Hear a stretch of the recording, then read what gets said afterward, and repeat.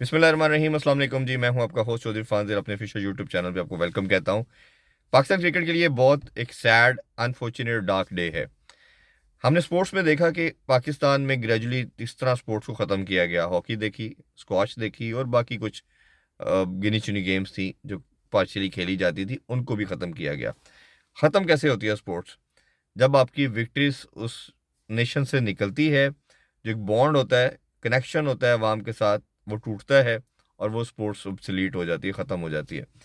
Cricket पे आते हैं जी। भारत के साथ मैच था, 3 साल से यही ड्रामा देख रहे हैं। वैसे तो 10-12 साल से हो रहा है, लेकिन उसमें विक्ट्रीज कुछ आती रही। 3 साल से पाकिस्तान भारत से नहीं जीता। 2 T20 के वर्ल्ड कप हो गए हैं, एशिया कप गुजर चुके हैं 2, और अब ये रही सही कसर, हमने चैंपियन ट्रॉफी भी हमारे पास थी, आज वो भी चलेगी। अच्छा, हुआ क्या है? हुआ ये है कि ये जो लड़के थे 2022, अगर आपको मैं याद कराऊं तो जून जुलाई में पाकिस्तान न्यूजीलैंड से तब जीत के नंबर 1 बनी, नंबर 1 ओडीआई की टीम बनी। इन सर्टन ग्रुप ने, लड़कों ने हाईजैक किया पीसीबी को। इन्होंने ब्लैकमेल किया बेसिकली क्रिकेट के साथ। ब्लैकमेलिंग ये की, इन्होंने अपने पैसे बढ़वाने के लिए, उस टाइम मोहम्मद रिजवान ने लीड किया इसको और बाबर आजम उनके साथ थे।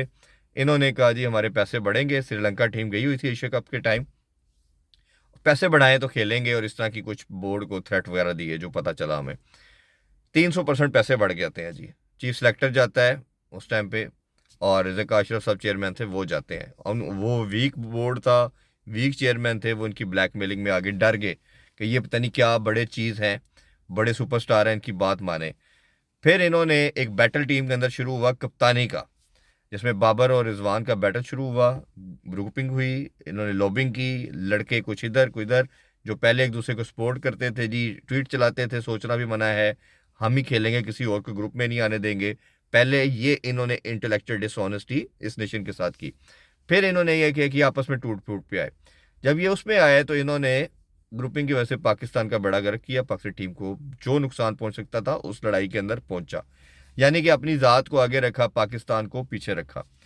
फर्दर मोर ये कि इन्होंने इंटेलेक्चुअल डिसऑनेस्टी करते हुए जो लड़के डिजर्विंग थे उनको चांस नहीं देते थे। अगर देते थे तो डगआउट में बिठाते थे, और जिसका जो नंबर होता था उस पर खिलाया नहीं जाता था।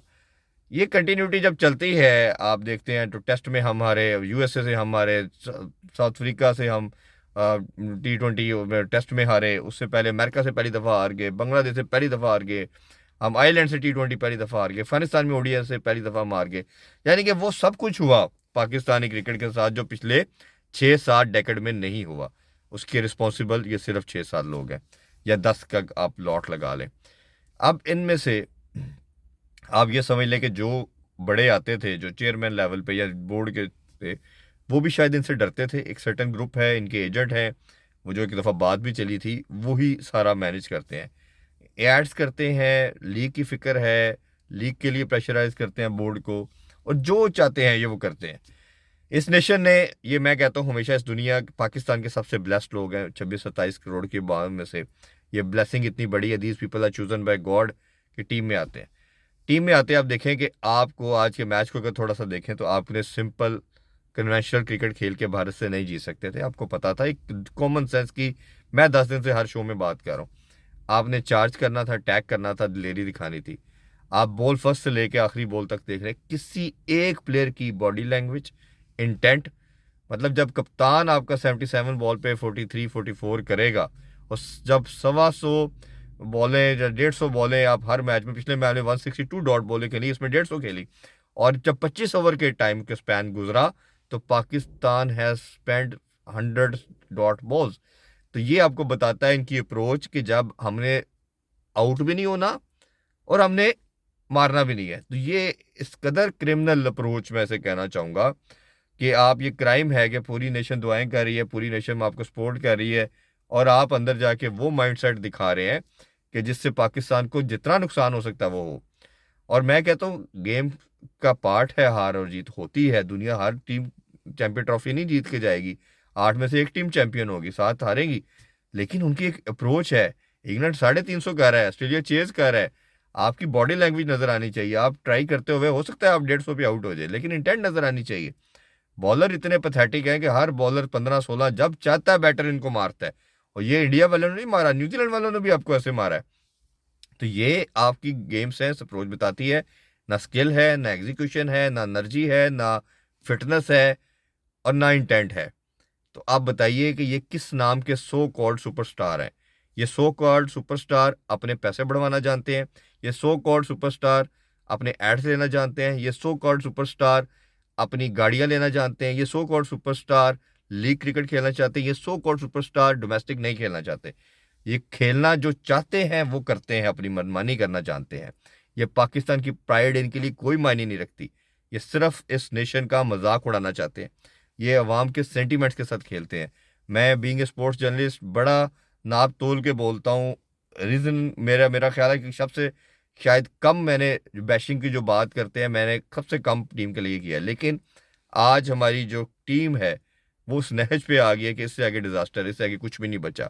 अब बचने का एक ही चांस था आपके पास कि आप इसमें से निकलते। कोई सर्जरी की जो बात की गई, पता सबको है, चाहे चेयरमैन साहब हैं, जब बाकी है सबको पता है क्या होता है, लेकिन कोई इतनी करेज नहीं करता। और वही लोग आगे पीछे से मीडियोकर लोग, असल में इदारों के अंदर स्लेव चाहिए आपको। आपको काम करने वाले लोग नहीं चाहिए जो आगे से बात करे, कोई मैसेज कन्वे करे। आपको स्लेव चाहिए और स्लेव आके हाथ बांधते हैं और वो स्लेव फिर आपके बेड़ा कर करते हैं इदारों का। खुदारा मेरिट पे लोग लेके आए जो वर्दी हों, जो एबिलिटी रखते हों, ऐसे लोग लेके आएंगे। आपके पास एक स्पोर्ट बची है जो पूरी नेशन को यूनाइट करती है, पूरी नेशन को लेकर चलती है। आपने बाकी तमाम कुछ खो दिया। अब एक स्पोर्ट है वो भी चली गई, तो पाकिस्तान को किसी भी जगह पे आपने देखा ओलंपिक्स में कोई हमारे पास है ही नहीं है। आपका टाइटल होता है एक वर्चन नदीम, पता नहीं किस तरह 70 साल में, 77 ईयर में एक मोइज़ा हो गया।